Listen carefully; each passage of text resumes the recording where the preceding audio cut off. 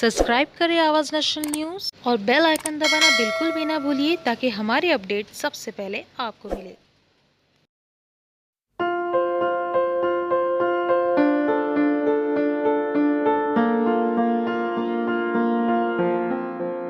Humanitarian welfare end research foundation की तरफ से वांगनी स्थित उल्लास परिसर प्रतिष्ठान के नुकुल पाटिल अनुदानित आदिवासी आश्रम स्कूल में सैनिटरी नैपकिन्स का वितरण किया गया, जहां 13 से 18 वर्ष की आयु के बीच 120 लड़कियों को 1000 सैनिटरी नैपकिन का वितरण किया।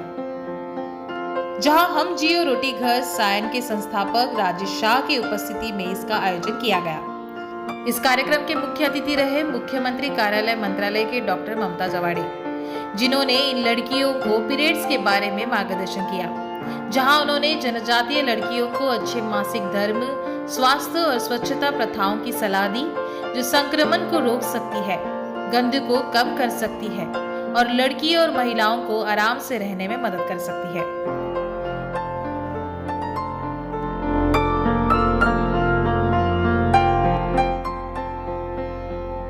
साथ ही क्रिश्चियन स्वामीनाथन संस्थापक और ट्रस्टी ने लड़कियों को खेलों में भाग लेने और सक्रिय करने के लिए प्रोत्साहित कर उन लड़कियों को स्नैक्स और सैनिटरी नैपकिन देकर उनका हौसला बढ़ाया।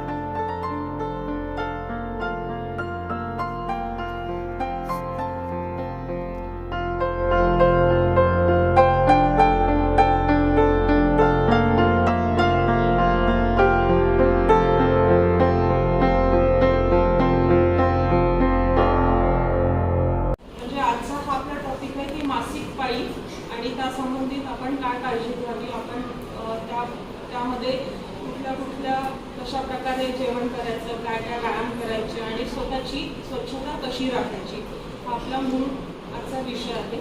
मासिक पाळी ही एक आपल्या शरीरातील एक अविभाज्य आणि नैसर्गिक प्रक्रिया आहे। असं म्हटलं जातं की मुली जेव्हा वयात येतात म्हणजे 13-14 वर्षांमध्ये आपल्याला साधारणतः मासिक पाळी चालू होते।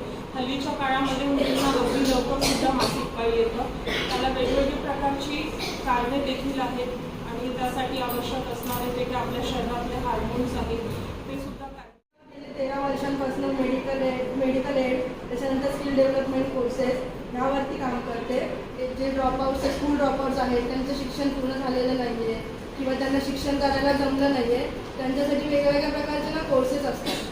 मग त्या कोर्सेस थ्रू तुम्ही कोर्स पूर्ण झाल्यानंतर तुम्हाला सर्टिफिकेट मिळतं गव्हर्नमेंटकडनं आणि ते सर्टिफिकेट नंतर तुम्हाला जॉब प्लेसमेंट पण दिली जाते। म्हणजे आम्ही अशा प्रकारचं काम करतो।